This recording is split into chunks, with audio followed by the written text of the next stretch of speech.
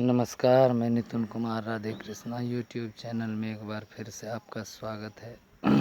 जैसा कि मैंने श्रावण मास में आपको बताया कि इस पुण्य श्रावण मास में भगवान शिव की 1900 अवतारों के बारे में बताने की कोशिश की है, जिसमें से मैंने आपके उनके 3 अवतारों के बारे में बताया है। किरात अवतार, उसके बाद वीरभद्र अवतार और श्रव अवतार के बारे में मैंने आपको कथा बताई है। आज की जो कथा है वो भगवान शिव के अवतार ऋषि दुर्वासा के विषय में मैं आपको बताऊंगा। सर्वप्रथम आप लोगों को नाग पंचमी की बधाई।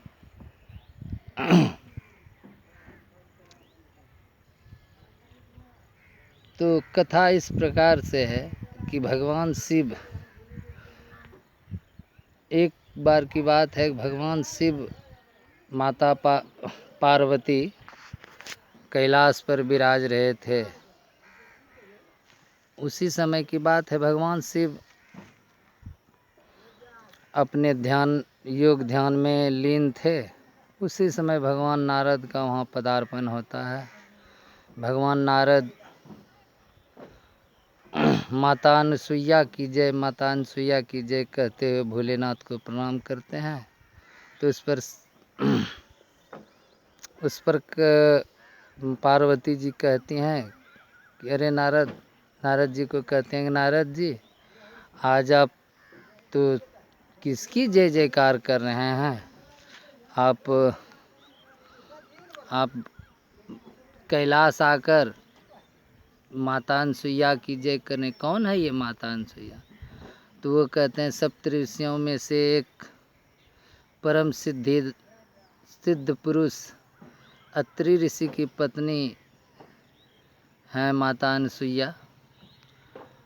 अनुसुईया जी के बारे में कहती हैं कि वो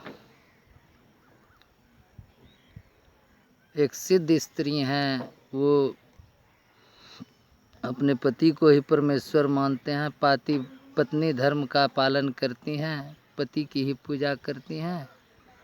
वो आज संसार की श्रेष्ठ स्त्रियां हैं तीनों लोक में। वो कहते हैं तीनों लोक में पति भक्त पत्नी उनके छोड़कर कोई नहीं है। तो इस पर माता पार्वती कहती कि क्या वो हम लोगों से भी श्रेष्ठ है? मुझसे, लक्ष्मी से और सरस्वती जी से भी श्रेष्ठ है? वो कहती हैं कि वो सबसे श्रेष्ठ है। आज पत्नी का धर्म पालन करने में उनसे बढ़कर कोई नहीं है। ये कथाएं मैं थोड़ा तेज़ी से खींच लूँगा, क्योंकि मेरे कहने का इस भगवान शिव के अवतार के ऋषि दुर्वासा के विषय में है, क्योंकि ये कथा लंबी है। तो इस पर कहते हैं कि ये कैसे हो सकता है? तो वो माता पार्वती लक्ष्मी और सरस्वती जी को भी आवाहन करती हैं। लक्ष्मी जी सरस्वती जी सारे कैलाश पर उपस्थित होते हैं और कहते हैं कि देखिए नारद क्या अटपटी बातें कह रहे हैं। कहते हैं कि धरती पर एक स्त्री है, अनुसुईया नाम है, माता अनुसुईया कह के संबोधित करती हैं, और वो कहते हैं कि वो श्रेष्ठ है, पत्नी धर्म का पालन करने में उनसे श्रेष्ठ कोई नहीं है।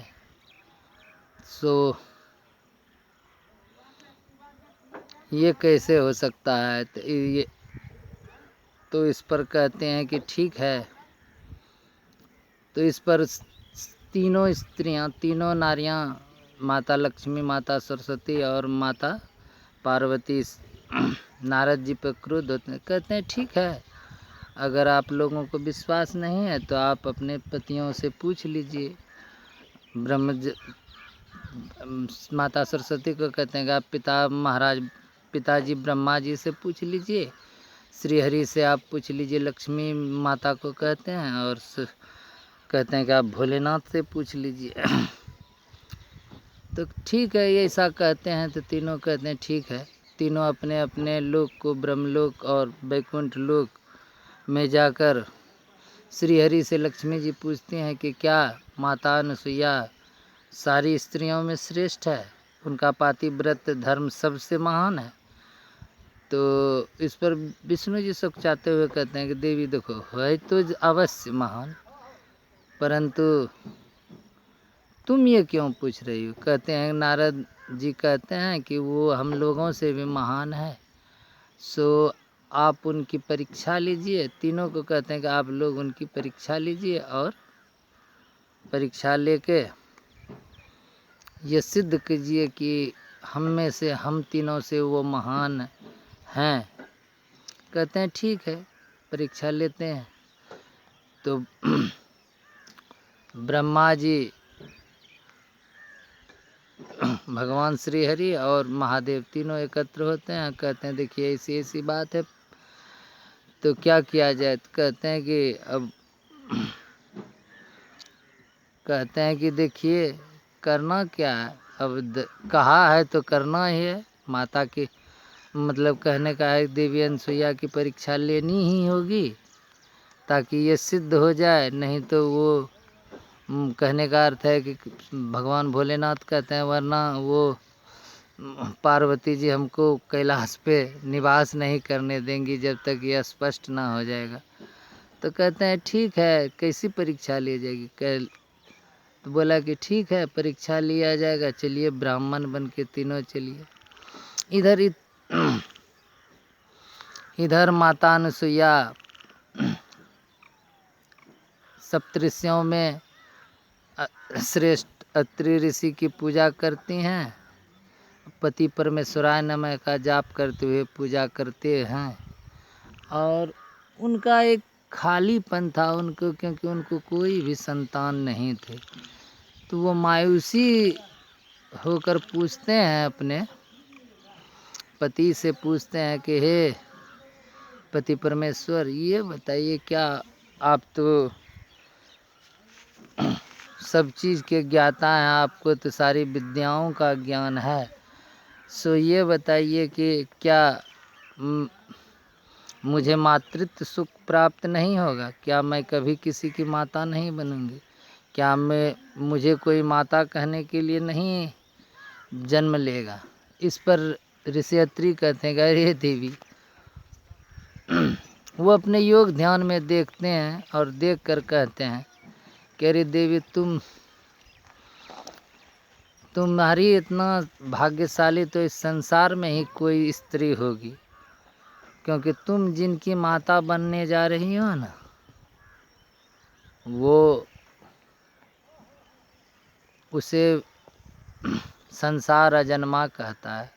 वो किसी की कोख से पैदा नहीं होता है, लेकिन वो तुम्हें माता कह के पुकारेंगे और तुम्हें उनकी माता बनने का सौभाग्य प्राप्त होगा। इसलिए तुम अपने धर्म का पालन करते रहो, आने वाले समय में